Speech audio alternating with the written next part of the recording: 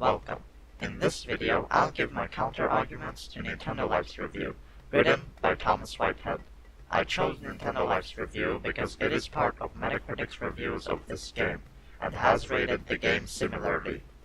If you haven't watched the previous parts of this episode, then I strongly advise you to do so. Quote, "At times, the level design falls over in a significant way. We've met a number of roadblocks that required a rest and approach with a fresh mind at a later hour, as some puzzles or enemy challenges can be taxing on any gamer's patience.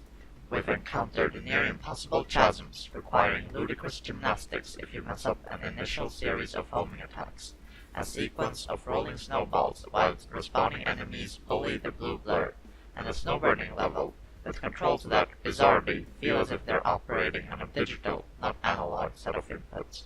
While not representative of the whole experience, stages such as these, and others that feel like over-enthusiastic labyrinths with no end, have a damaging effect on the wider campaign." Unquote. While this stage may have a few sections where one is killed rather easily, they do not seem to be too hard to overcome in a joyful manner. The last section of this stage could be a good example for what I am saying, because at first you may be killed so suddenly that you may view the stage as needing a little bit of repetition to get across it. However, the amount of repetition isn't that overbearing, especially because there is also the alternative to avoid the owl's life. As you saw in Kobanaman's blind run, one or both of Dominic and Matt seem to direct criticism against the presses in this stage, or specifically that the presses stole many lives, perhaps caused by holding down the parkour button that caused them to get stuck on walls just below presses with not enough time to avoid death.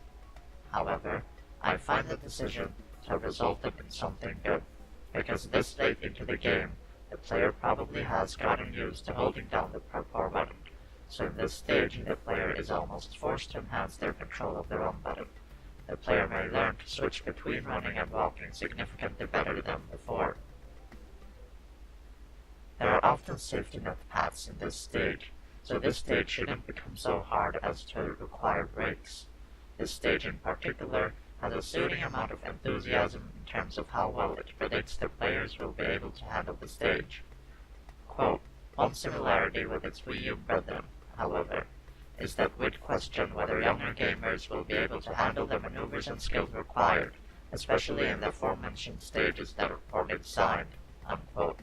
Because of all these easy safety net paths, I have a hard time seeing even children having a hard time completing this stage with a couple of lives. Only instance I could see potential for irritation for children is the last section, if the children are used to walking pace and aren't good at avoiding the owl's lamp. But I do not think avoiding the lamp should be all too difficult for them, especially if they use walking pace for tighter controls. Quote, "Overall, the campaign veers from decent moments to drawn-out stages that exasperate rather than satisfy. Completionists can seek out red coins and target better grades in each level, but we suspect most will just be happy to see the end of some more confusing and agitating levels. Therein lies the great flaw with this effort from Dibs. Too much of the game simply isn't fun." Unquote. I don't see how this stage is drawn out, except that the stage requires more time for a blind run than most stages, but it's not drawn out in a monotonous way, because the level design seems fluid, varied, and just about right in its speed of progression. Red rings equals new stages, if you did not know. I can't come up with any situation in the stage where the stage can be confusing to the player.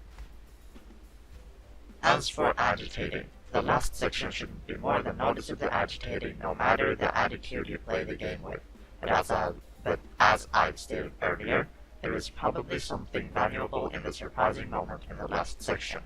Before you call the owl agitating in the other sections, being hit by the owl's lamp seems to oftentimes lead to either blocked paths or creation of easier paths by allowing you to parkour on the walls the owl summons. Based on the great possibilities with speedrunning and the seemingly lenient level design for blind runners, this stage is fun. Quote, unfortunately, this is a title riddled with poorly designed stages, or in some cases areas of stages. These issues vary in form, whether with sudden deaths, cruel one-shot combos, or unforgivably tedious stages that barely resemble a Sonic game at all, but instead rely upon unimaginative subtasks in open areas before progress is allowed, throw in fiddly controls that, though workable for experienced gamers, intimidate younger or less experienced gamers, and this is a Sonic adventure that comes across as a hodgepodge of ideas, some of which shouldn't have made it past the concept stage. Unquote. I suppose the big falling blocks can be seen as causing sudden deaths, and cruel one-shot combos, but I think these blocks are unlikely to be tedious. They are unlikely to be tedious because they don't seem to require many tries to be completed. However, I can see some players judging the thinner falling blocks to be tedious. To those of you who think this way, do think in the way that brings you most joy, or more specifically, how you can make good use of even obstacles like these thin blocks. Sometimes, the thin blocks make traversing a section smoothly significantly easier. Other times, the thinner block simply redirects your attention to a path other than the path that the thin block in question is blocking. There is at least one arena-like section in this stage. The section I'm thinking of can be wrapped up fairly quickly with a little mastery of Sonic's moveset in relation to the badniks in that area. As for fiddly controls, there are many sections that have safety net paths that shouldn't make fiddly controls unbearable for less experienced gamers.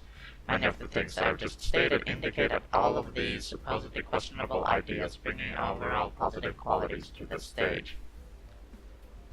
Quote, Sonic Lost World on the 3DS has glimpses of excellence, but these flashes are overwhelmed by numerous mediocre stages and a few that are poorly designed and, as a result, too taxing to encourage enjoyment.